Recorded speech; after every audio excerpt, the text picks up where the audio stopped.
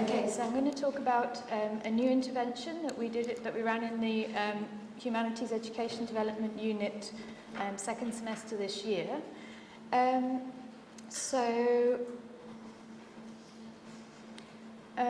I said in the abstract for the talk, there's been a lot of research on English as a medium of instruction in higher education institutions in South Africa, I think it's generally agreed that English as a medium of instruction can compromise the success of students who don't speak English as a first language. It sort of speaks for itself. I think my position is that this is very problematic when we're considering the transformational agenda of the country post-Apartheid, because basically we're still excluding the majority of South Africans who use other languages as their first language. So that's my basic position. Some of the results of this that we see at the university, that students coming from middle-income families send their children to English medium schools from as early as preschool level, whereas lower-income families, they don't have that choice. So children go to township schools, often learn through African languages, right through the system. So even though the medium of instruction of the school might be said to be English language, teachers don't always speak English fluently, and they may code switch between African languages and English to bridge students' understanding. So this puts students at a big disadvantage when they suddenly arrive in a solely English medium institution like UCT. And in a way, I think you could even say that it's perpetuating the Bantu education divide, that there's the division between rich and poor, there's a division between the city and the township schools, and there's a division between urban and rural schools. So it's perpetuating all sorts of disadvantages. So our position, or my position particularly, is that we need African language students in the university, and we need them to succeed. So we need to provide interventions to help them succeed. I haven't really covered the literature because these talks are so short, so I'm going to skip most of the literature, but there has been quite a lot of research on language interventions in higher education in the country. A lot of people doing very good work, and there's a lot of interventions that are very useful happening in all the universities around the country. But I think they tend to focus on written interventions. So you've got things like writing centres, you've got embedded writing tasks in foundation courses and so on. But I think what's often neglected and what's been written very little about in the literature is speaking, and how students might struggle with speaking when they arrive in the university context, and also listening to people talking in English. My research, I did a survey in 2010 in engineering in the built environment, which first put me onto this gap in the provision for second language students. So I broadly ran a survey across engineering in the built environment, where I was working at the time as an academic development lecturer. And I just asked all students what problems they encountered with language in their engineering in the built environment program. It was very broad, and I got a lot of different responses, but noticeably English additional language students spoke about problems that they had with speaking and listening in English. So they had support for writing. There was a course that really focused on writing, particularly for professional contexts, but there was no support for speaking or listening, and they mentioned that. So these are some of the quotes from that survey. So one student says, "Not that fluent in speaking English. Sometimes I have to stop and think before I say something because I don't know the right words to use." So fluency in speaking English specifically. One student describes how they couldn't express themselves properly during group practicals, and you can imagine not being able to participate if your second language English and everyone else in the prac is first language. Often it happens that I cannot explain properly what I intend to mean due to lack of vocabulary. So again, explain as in a spoken context. And then it's not as easy as it is for whites for me to read textbooks or do research. Presentations are my worst nightmare. So the fear of standing in front of a class and having to speak in English. And then the thing that kills us as black people is that at school we are taught in our home language. Like me, when I was at high school, my teachers were always explaining everything in my home language. So again, this sudden shock of coming into the UCT environment. We're also getting lots of anecdotal evidence since I've worked in the Humanities Education Development Unit, students coming up to me and asking me for help with their English. And of course we do a lot of writing help, so my questions are always, you know, what kind of help do you need? And they ask for help with spoken English. That's what they really want. And listening, they find it very difficult to understand what lecturers are saying. So what we've noticed is that students feel that they're silenced. They feel very scared to speak in front of big classes of students, especially in the mainstream courses and in their TATs. They're very scared to ask questions even if they don't understand, which of course it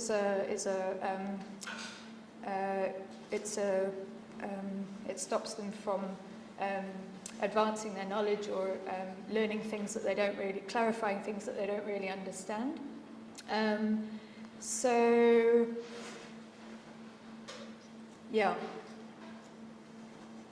So what we did was I emailed the students and asked them how many students would like to participate in, I described it as a reading group, but really the emphasis was on speaking English.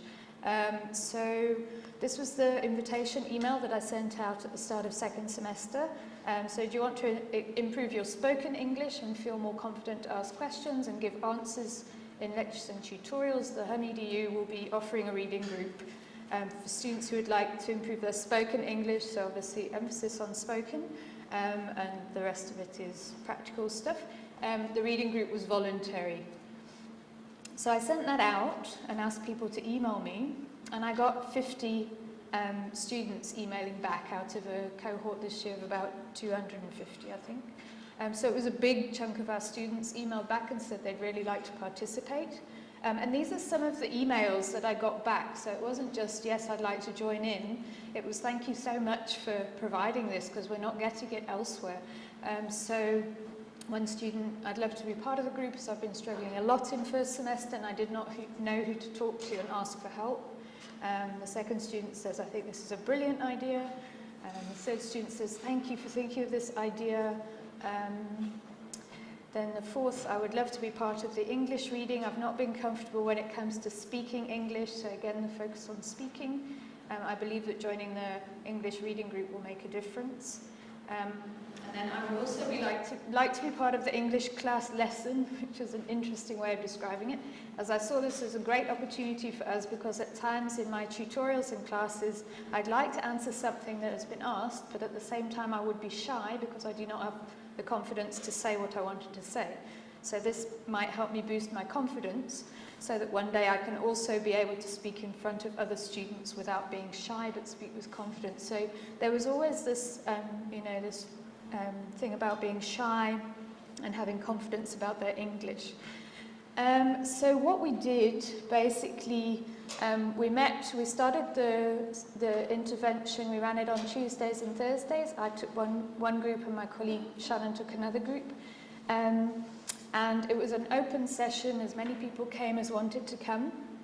We used the book The Alchemist, which is quite clear language, it's not sort of jargon. And I wanted to use a fiction book rather than an academic text, because then it would be nicer. And the basic format, it was just an experiment and I didn't know where to start. So the format that I used was just, we went around the group and we took it in turns to read aloud, myself included.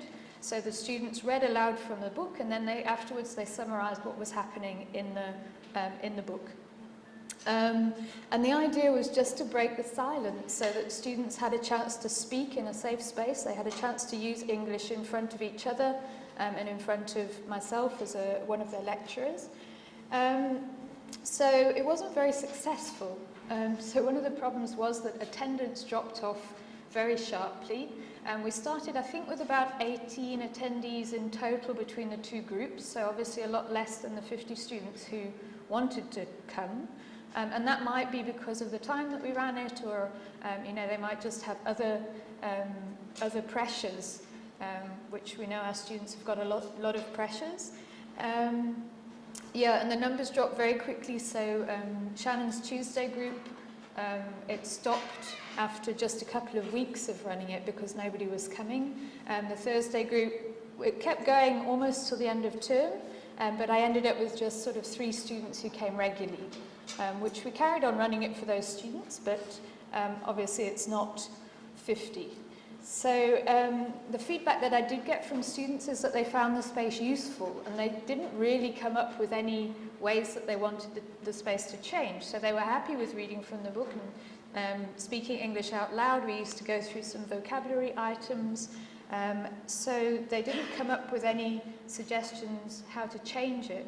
But the question I'm left with is, with a voluntary space like that, how can you increase attendance and improve the usefulness without putting more burden on students who are already struggling with their course loads?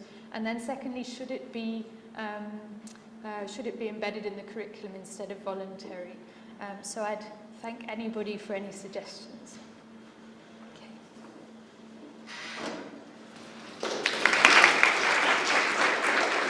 Thanks very much, Ellen. We've got a couple of minutes for some questions. If anyone would like to, or as Ellen asked, share any suggestions yourselves. There's a question over there. Thanks. I don't have any suggestions, but 2 questions. So yeah, I guess one of the things, why do students not do things that might be helpful to them? Or maybe it wasn't helpful. I don't know.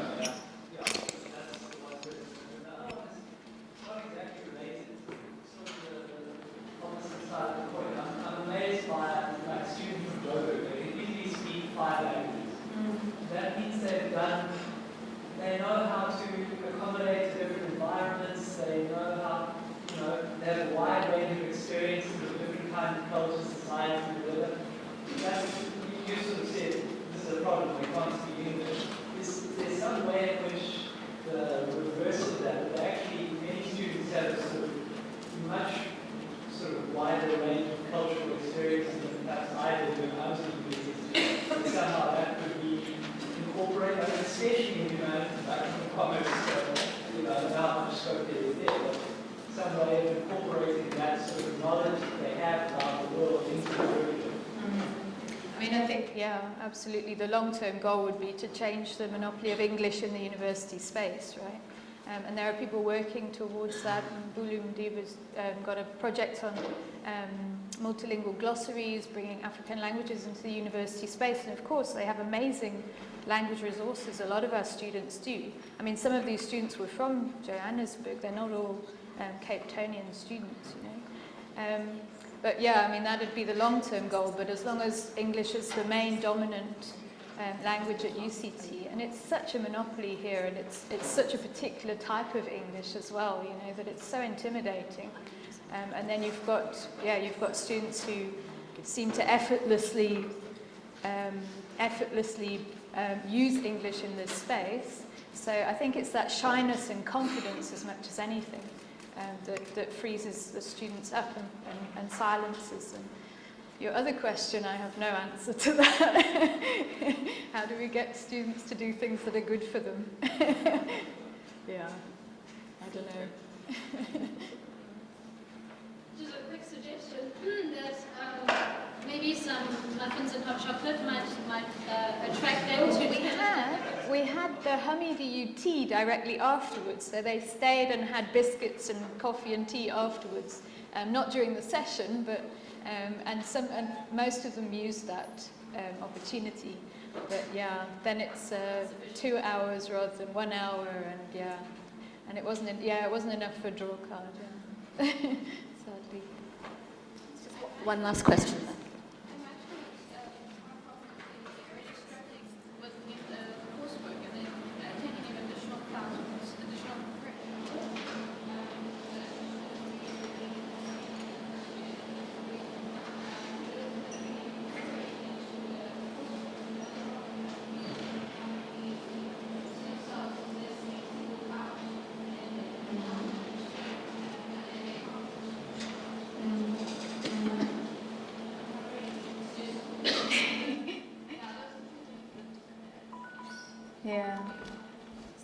Yeah, that was why we kept it voluntary, because we didn't want to force, you know, say, oh, you are all from second language backgrounds or something. You can't do that. Yeah, and it's never as simple as sort of mother tongue and those kinds of questions as well. So, yeah, I mean, it's really difficult, and you don't want to put additional burdens on students who are already, yeah, struggling under the workload and so on. And we know, I mean, second language English students struggle more because they take longer to read and take longer to write and all of those sorts of things.